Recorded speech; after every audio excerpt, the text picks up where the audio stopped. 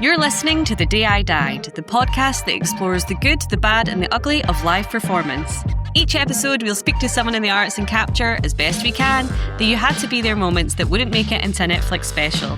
This episode, the person in the arts I'm speaking to is Richie, and the person in the arts he's speaking to is me, as we have a debrief following the Edinburgh Fringe in August. Hey, how are you?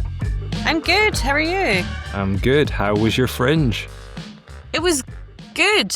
Actually, it was nice. I feel fairly, I wouldn't say rested, but I did my debut last year, full month, pretty intense. And then this year I did 2 weeks of a work in progress that was a lot more chill. So yeah, the energy for me this year was to go, to turn up with a show that wasn't finished. I have a really bad thing about no matter how much work I put into something, I stress myself out that I haven't done enough work for it. So the goal for me was to not write the show until like a couple of weeks before fully. I had bits that I really liked, but not put them all together. And then use the Fringe to work on the show rather than what I've been guilty of doing before is telling myself you have to turn up with this complete finished show, even though you are advertising it as a work in progress. That's amazing to hear, because when I saw it, I genuinely thought this is a finished show, aside from the turning around to look at the notepad.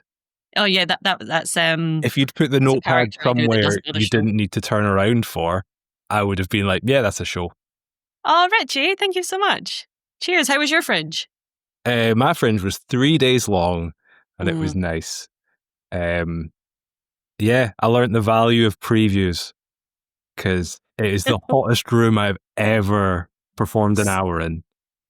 Yes, I was there on, I think, the first day, and it was very good, but it was ridiculously warm. It was just a train wreck. Everyone's prepared for like the 40-minute lull, the moment when, you know, the audience don't realize it, but they've lost energy because they've been sitting in a hot room for too long. But what I wasn't prepared for was for me to be totally disorientated by the heat. That's never happened before. Like, you're on stage, you don't have people around you, so normally you're a bit cooler. But no, first show was just not good. It had a kind of blitz spirit to it, though. Yeah. Because, I mean, I hope it was a really good show and you performed really well, but I could tell that you were like surprised by how hot it was. And I think we were all just it's kind of nice because I like instances where something happens, it's kind of completely out of the performer's control. It makes everyone kind of gel a wee bit sometimes, and everyone goes, oh, right, okay, we're gonna have a nice time here. Yeah, I managed to lean into that for shows 2 and 3, which was, I came out at the start almost in customer service mode. Like, hey, I've cut these paper plates into triangles for you to use as little fans. We're all going to have a nice time. I'm going to power through it and not address it. And then I would go backstage and then come on stage in like show mode and start saying horrible things. Yeah. But it was fun. It's like they kind of know who you... I had this with... I had completely forgotten about this until like 30 seconds before we started. But one of the days that I was doing my show, it was at 12:15. And at 12 o'clock, an orange walk came past my venue at the Waverley Bar, which is a lovely venue and the staff were amazing. I want to give them a shout out because it's just like such a great wee room. But yeah, Edinburgh City Council in all their wisdom had decided that a Saturday in August was like a really good time to have an orange walk. I was going to explain what an orange walk is if you're listening. I don't know if it's necessary to do so, but what happens is basically when like 500 Protestant men love each other very much. No. And get into arts and crafts. Which is a great Chris Thorburn bit about it's grown men playing instruments and doing arts and crafts, and I think that's beautiful. But essentially, the first 15 minutes of my show was about growing up in a family with a very strong Irish Catholic identity, and it felt quite pointed that there was an orange walk that meant I had to completely delay the start of my show. But yeah, it was just one of those things, like obviously it's very loud, and I'd sold quite well for that day, and I felt so frustrated by it because I thought this is just classic, you know, Fringe Edinburgh City Council stuff, where stuff is like kind of disorganized, and you've paid the money to be part of the festival and all this sort of thing. But I really felt like everyone was on board with me that day. Do you know what I mean? Yeah. So sometimes it can kind of work in your favor to have something completely out of your hands impact the show a wee bit. Yeah. One of the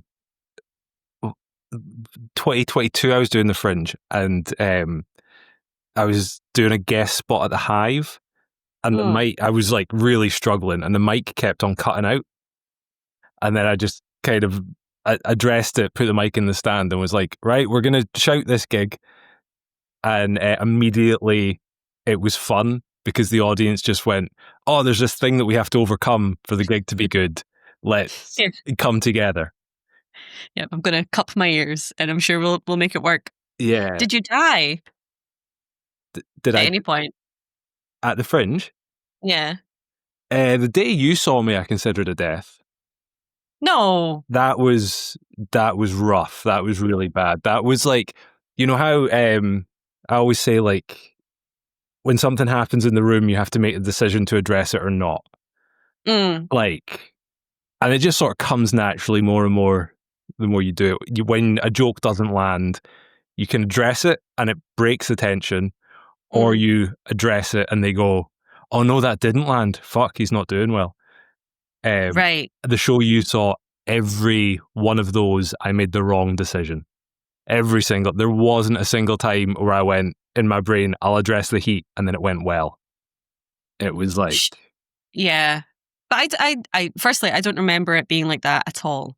So I think that's maybe a good learning point for ourselves and other people listening, is that you're just always going to be like, I completely fucked that. And yeah, as I say, like, I remember it being hot, and I remember being aware that everyone around us was like, oh my God, it's really hot. Yeah. But I don't remember you like particularly... I wasn't watching you going, oh my God, he's struggling up there. Do you know what I mean? I just thought it was a good show. I did like, at the end of that first show, I really liked that. So the end had like a video that played that revealed that like loads of the show had just been stuff that Cher had tweeted. And I went backstage, and then I heard there was guys in bucket hats in the front because it was the same day as Oasis's final show. Sure. And I went through and I just heard one of them go, well, that was shite.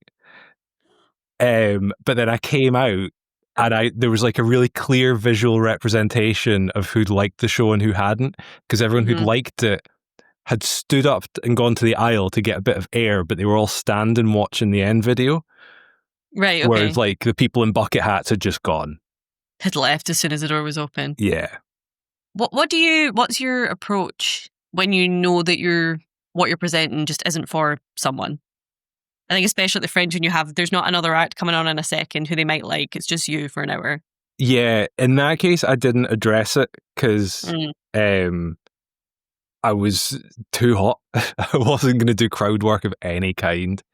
2022, I used to come on because it was just, there was the street and you came through the door and you were in the room. And sometimes people were walking past, they would see the open door and just come in. Right. Because it was pay what you want, so it's tickets and then free. So I would start the show by going up and going, hey, do you guys know what you've come to see? And just letting them know. Whereas this, because it was called Nauseatingly Woke Full-Grown Jellyfish, I think those people had come because they thought it was going to be about someone like that, and it was going to be like an anti-woke show. Making fun of nauseatingly woke jellyfish. Yeah. Yeah. But then what they got was me. The jellyfish himself. Yeah, exactly. Just wobbling about with all this pro-trans stuff. Yeah. Some of it's disgusting. Like, my favourite bit was talking about getting shot by Luigi Mangione and having him finger fuck the bullet holes. Like, that is... And there was context to it to make it, funny. Yeah, it was really normal. It was a really cool thing to say in the context of the show. But it's like, people are going to get annoyed that it's woke, but at the same time, you can't say it was nice.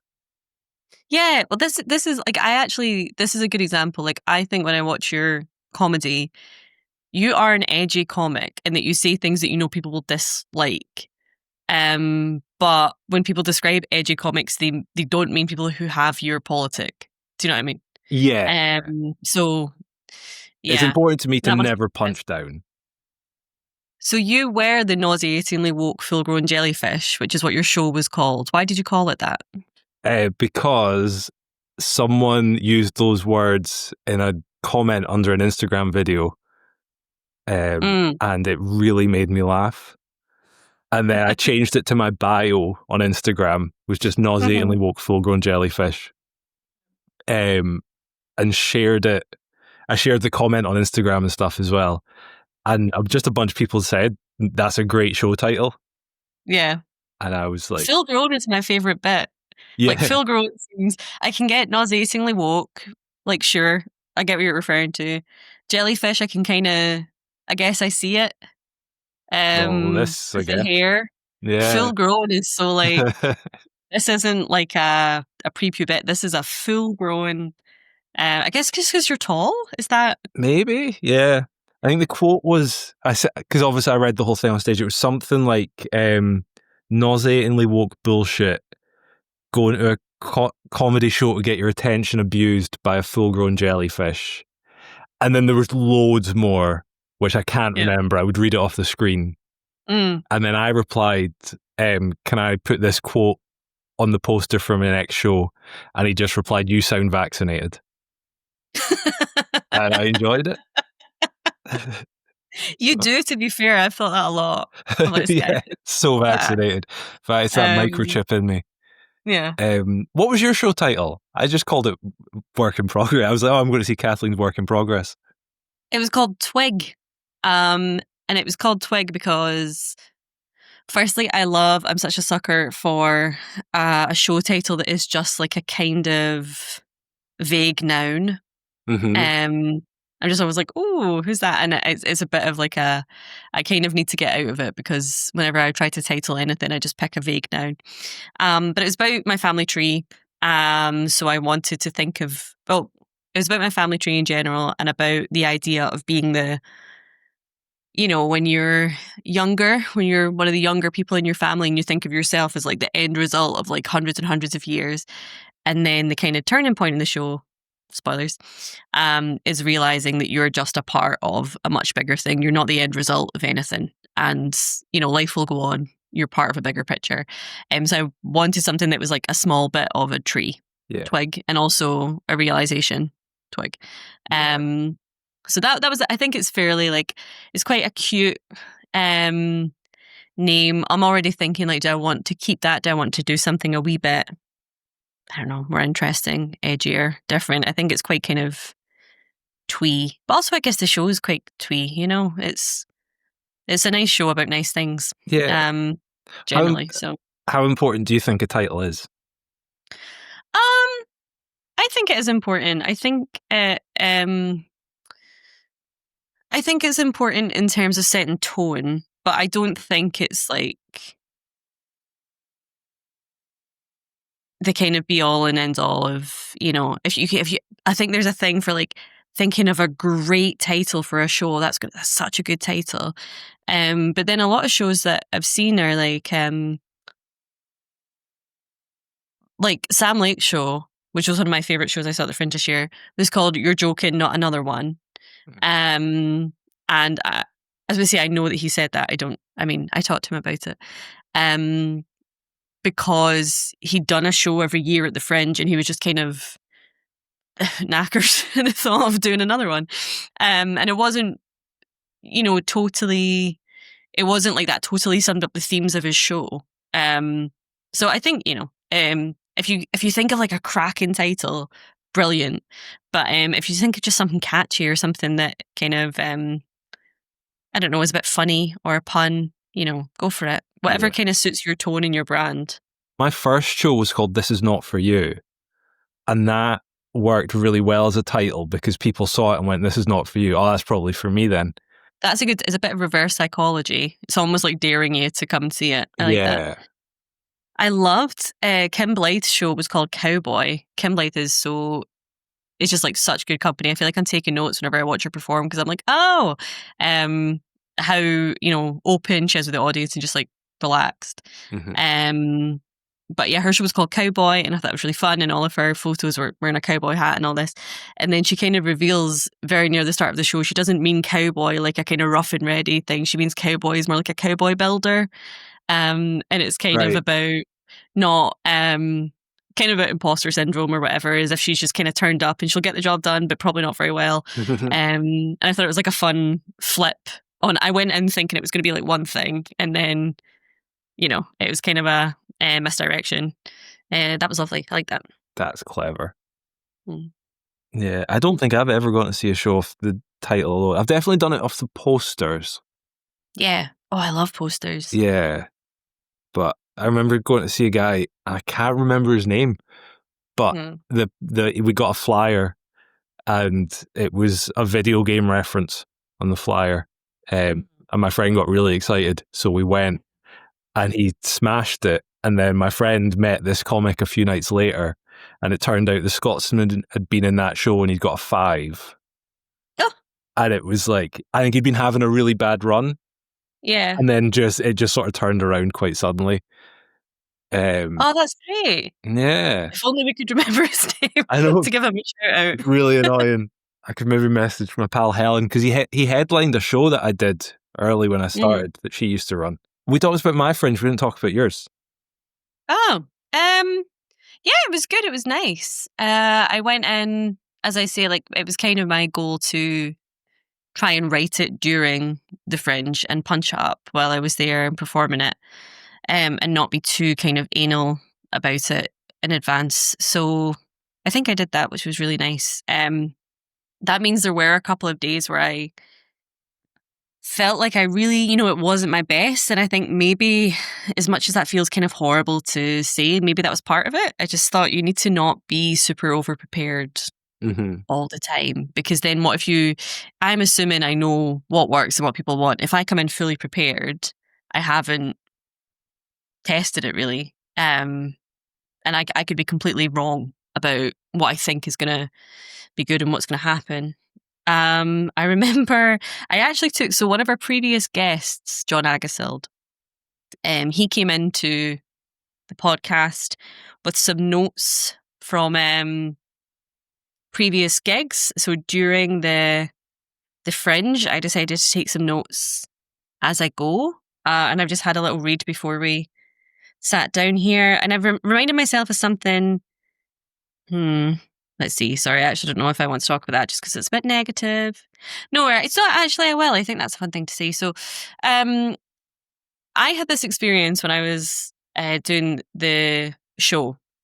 My show was at lunchtime, so it was quite often quite a lot of people who I think kind of were just pottering about came in to see it. So I would kind of run through it first.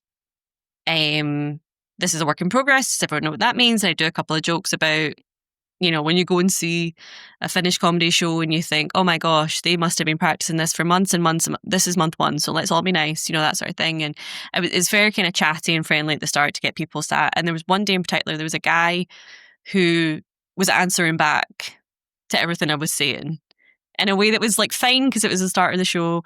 But then the actual like setting up the show started and he kind of kept answering. And I think he was kind of enjoying that he was getting more attention than everyone else. And it was a wee bit chatty and it was getting a wee bit kind of distracting. And I made an actual just joke in the show. I can't remember what it was. And he made a joke back. And I said, oh, you're going to be so much fun. And he went, right. And just took the complete huff with me for the rest of the show and decided he wasn't enjoying it anymore.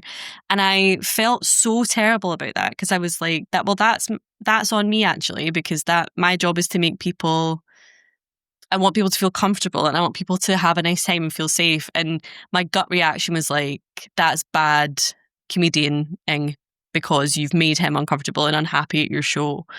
But then everyone I talked to about it was like, you just asked him to be quiet in a kind of fun way. Do you know what I mean? 100%, because you can't. Yeah. If one, what you're saying is like, oh, your job is for that to make the audience comfortable. But if you make that guy comfortable, then he's making other people uncomfortable. Everyone, yeah. It's the trolley problem meme. You pulled the fucking lever to run over that one guy, and that meant the rest of them had a nice time. Yeah, I guess. And I think the reason it stuck in my head was if he just kind of taken the hint and heightened down a wee bit and we'd still been pals, that would be fine. But I can't stress how much he immediately crossed his arms and fell out with me. Like, I felt it. And I was just kind of like, when you have in the back of your head, like, you're like, I'm on stage, I'm not myself right now. He doesn't know me, whatever. Mm-hmm. But I really felt like I wanted to stop and be like, did you think we were pals? Like, exactly. I want this to feel like a nice experience, and I want people to think, oh, that's relatable and that's whatever. But it was as if I'd ended like a years-long friendship with him. Wow. And I like the way I felt bad about it. Like, he was, I don't know. Anyway, I felt bad about it. But I think that's also partially, I've written in my notes, I don't think I did anything wrong, but it didn't feel good. Maybe I should find a way to ask men to stop talking in a way that doesn't make them throw their toys out of the pram. Maybe I'll just stop caring, TBD. Yeah, I think I don't know. You've taken this way too personally. I hate guys like that. I hate people that want to be part of the show. Like, I would rather someone obnoxiously heckles than tries to be part of it. But I guess maybe this is part of the reason I didn't want to get into it, because I knew I'd taken it too personally at the time. But it is one of those things where, like, as a woman, you're so aware of people being like, oh, she's not nice anymore. Do you know what I mean? Oh, we don't like her now. Never even thought of that. Anyway, that's just something that came up. But I have another part. Thinking about stirring a stock cube into water the other day and getting completely mesmerised by the movement of the water and the way it lapped over itself when I changed direction with the spoon. I came to when I realised I was slavering over it like a big dog. There's probably a bit in this. What was I? There's not a bit in it. And I did it in the show. There's not a bit in it. I saw that. I remember you describing it. I remember someone near me finding it really relatable. I don't eat roasts. I eat all the ingredients of roasts, buy them as separate. But have you never made stock? Yeah, but it was just not enough that I found this relatable. Have you ever stirred water? Because that's what it is. But anyway, I was reading that and I was like, that is such a illustration of where my brain was at every day. Yeah. Of being like, oh, I need to punch that bit up, and just thinking the most insane. I'm not sure talking about stirring water, and I was like, it's probably something funny in here. Like, it just wasn't funny in the slightest. But it did make me laugh refinding it. And I think by the end the show was good. I think by the end I was like, right, this is a much better show than it was. But it really, I gave myself the challenge to like treat it like a workshop and change it, and I can see some of the stuff that I was coming out with was just shite. And that's fine. Yeah. Do you ever hear the phrase, art's never finished, it's just abandoned? Oh. It's quite deep. Don't know where it's from. My mate John told me. But I think it's true with everything, but it's especially true with stand-up. Like, I say in my show, I say early on, like, I've got a set list on the stage. If you want to see a monologue, go see a fucking play. But I am aware a lot of shows at the Fringe are essentially monologues from people trying to get their Radio 4 series or whatever. And that's all cool. I love a good show that is a proper show. Yeah. But I think the stuff that I like, it develops more and that makes it feel more natural. Like the performer's more in it.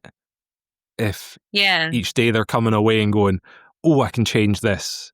I can add this here. I'll take this out because it's not working. And for the show to evolve, that's more raw stand-up to me. Whereas the Fringe is a lot of stand-up moving into theatre more. Sure. Yeah, do you know, I never thought about it that way, and I think I've not even realized until you described it that way that is something I really enjoyed. I did feel like I was in it Yeah, more and trying stuff rather than panicking and being like, right, okay, so the next bit is this bit, and you're usually hit this point by this time, but you haven't hit that point. You know, all of that. It's like rather than just performing the show and talking to the audience a bit more. And yeah, okay, I like that. Thanks, yeah. Richie. That's made me All feel right. better. Do you have a highlight from the Fringe? I think this is quite lame to say, really, but my it was a show about family and history, and my mum and dad came on the first day to see it, and they're very, very supportive, and they're big comedy fans themselves, so they wanted to come on the first day. I had a bit where I talked about not having kids, and I hadn't told them that that was in it, so I was actually very hesitant for them to be there.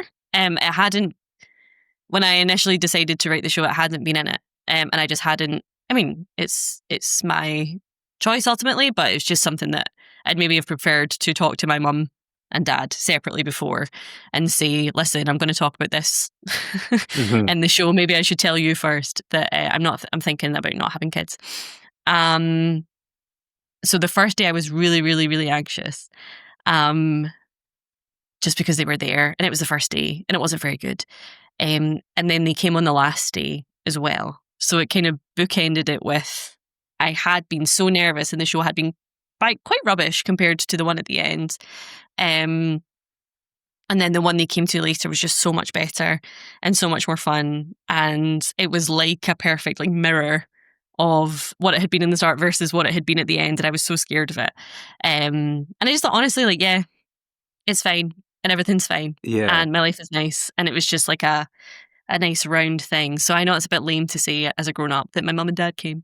But just the way that the days that they came made it a really nice, like kind of bookended experience. And it kind of summed it up very nicely that it had been like, the work had progressed in the work in progress. You know, yeah. I'd done the work that I went there to do. So that was really nice. Did you have a highlight of the Fringe? Probably. But I want to go back to what you just said. All Like, right. because you've achieved the dream. Anytime, like, I have a bad gig and then not a long time, like, sometime after I have a really good one, if someone I know was at the bad gig, I'm then like, fuck, if only they'd seen this one. And like, you got that. Near. Yeah. Yeah, exactly. I got That's, that. And the thing is, the time they'd seen me before that was at the stand, and it had been fine, but like a fight had kicked off in the venue, and it was just very distracted and like wasn't my best work. And I was just kind of like, I swear it's not like that all the time. And then they saw me, and I was like, I swear I meant to talk to you about your grandchildren or lack thereof before this.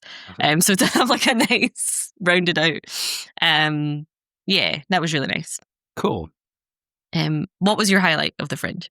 Um, I don't know. um, maybe the third show Mm, of the three, that was really fun.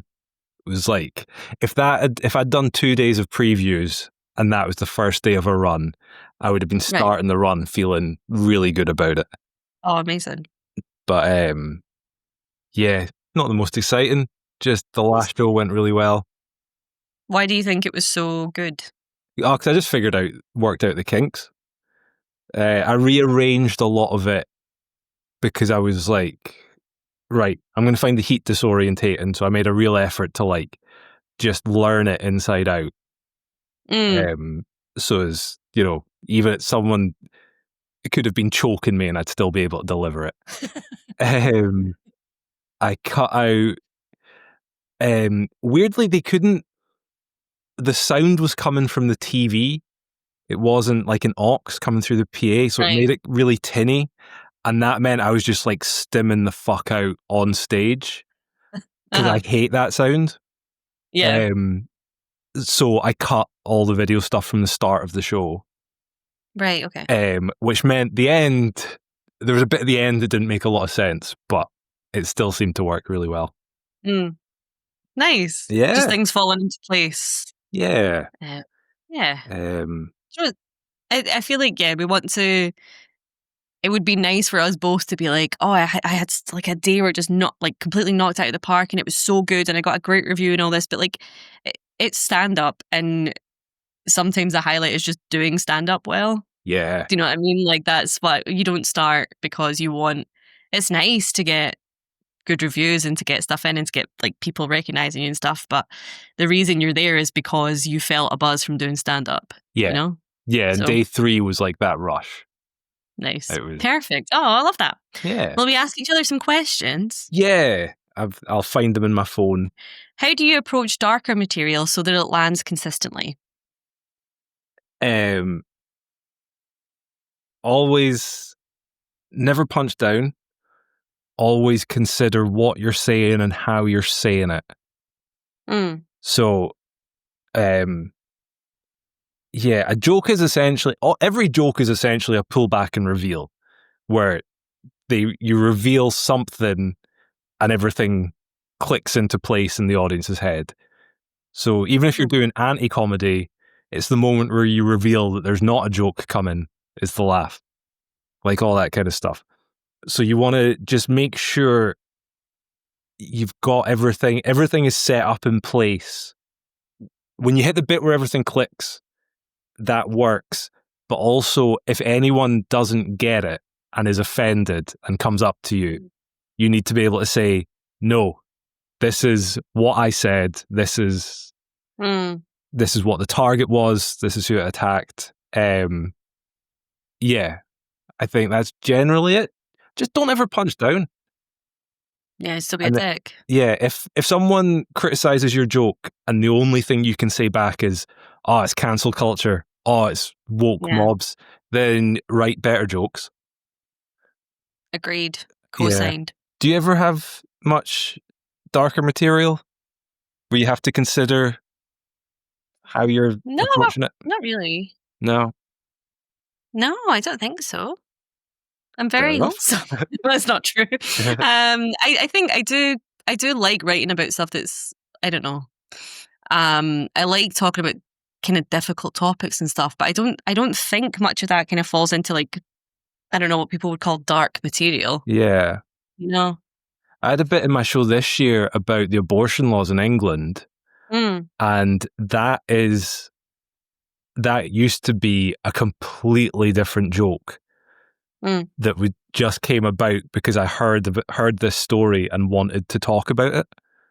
Right. Because I found it upsetting, and generally if I find things upsetting, I like to write jokes about them because it makes me feel better. Right.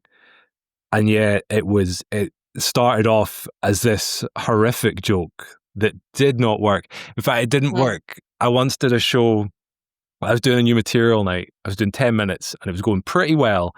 And about 5 or 6 minutes in, I did this joke about the abortion laws in England.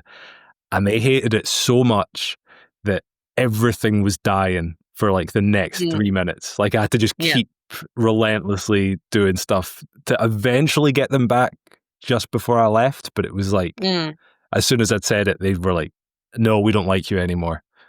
Yeah. So then you just drop it or rewrite it, make it work. Move it somewhere else. Yeah, yeah. Do you have a guilty pleasure comedy genre you'd never do but love? Yeah, musical comedy. You could do musical comedy. You could do musical comedy. No, yeah, I guess. Maybe I mean more, what I mean. I guess I could do musical. I think is I can't really do musical comedy because I can't really play an instrument or sing. I think that's what I mean. I probably Neither shouldn't. Can half the one doing it. I cannot in good conscience ask for tickets to watch me perform musical comedy. Do you know what I mean? I cannot ask anyone to pay to see that. But yeah, I think musical comedy gets a bit of a bad rap. I really like musical comedy. I think it's fun. I like it when it's done. I was about to say I like it when it's done well. Obviously, everyone likes everything when it's done well. The thing I dislike about musical comedy is when the chorus is the punchline and they repeat the punchline 4 times. And it's the same. Yeah. That's so fair. But musical comedy, like, remember when everyone was really surprised by that Adam Sandler special? It came up on Netflix and he kept doing these songs and all the songs are like set up, punchline, done. And I really like that. Yeah. I've just decided to make it a song. Yeah. It's a joke functionally, but I've just put a tune to it. Yeah. During roast battles, has anything ever genuinely stung? And if so, what? Yeah, I don't know if it's stung, but it's the only time, like, so I always say to the act, like, hey, here's a list of my favourite movies. You're free to say, this is my favourite movie. You don't have to say one of, because that's how jokes work. You can't be like, oh, there's all these grey areas. You have to be very, like, bang, bang. But the closest I've ever been to, like, stopping someone mid-joke to argue with them was when Coben Millage said I had a very underwhelming half marathon time. And I was so insulted. What was the time? At the time, I ran it in 1 hour 40 and 19 seconds. That's pish. Fuck off. No, that is amazing. I was 38 and I did that time, and I'm very proud of myself. No, that is good. Well done. Thank you. Well done. I think that's the only time I've ever, like, someone said something, and even if it's like misrepresenting, I don't mind, because I always say before, you know, you do what you got to do to make the joke land, because we're here for the audience. Yeah, exactly. This is one of my pet peeves of, maybe we've talked about this before. I feel like we're going to retread a lot of ground on this podcast, of like the wanting to win a roast battle. I find completely insane. Yeah, absolutely. It's a performance. What are you doing? Yeah, you're doing it together for the crowd. Yeah, this is all made up. Yeah. Kate, the one I did with Kate Hammer, she absolutely destroyed me. But that's also the only one where I didn't meet the person before. Okay. So it was like, yeah, I was, from the moment that, because she, I think it's Jack Trainer summed it up, she like builds a world and destroys you within it. So when you've come in just like, hey, I've just got a bunch of lines about this person, and then they just take a completely different approach to it, you're just immediately on the back foot. Yeah, she's so good at it, and it's crazy because she's one of the like nicest, most collaborative people. Yeah. I think in the scene, like, she's so cute. Oh, we should work on this together. We should work on this, and then you work on a roast with her, and you're like, fuck. Yeah, she's so good at it. She had a line against you that is still one of my favourite roast battle lines ever. Wait, no, I know the one you're going to say. Because, you know, you get so used to all these creative insults, and then she just pulled out her phone and just went, Kathleen's a dumb bitch and I hate her. Sorry, that was your mom. Yeah. But before the topper, when... I know. It was like... When she said, I was crying, I was just sat at the back in tears. It's like, I was talking to someone recently about how when you do stand-up, like, you go so far through comedy and you eventually just double back to the funniest thing in the world being Terrence and Phillip in South Park. Yes.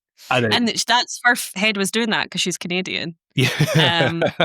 So she was laughing the whole time. Yeah, that was so funny. Oh, that was such a good night. Maybe I do like roast battles. Yeah. You just need to do it with pals. Yeah, exactly. Yeah. Exactly. Cool. Well, I think we're out of time, but it's been good to chat all things Fringe. Do you have anything to promote?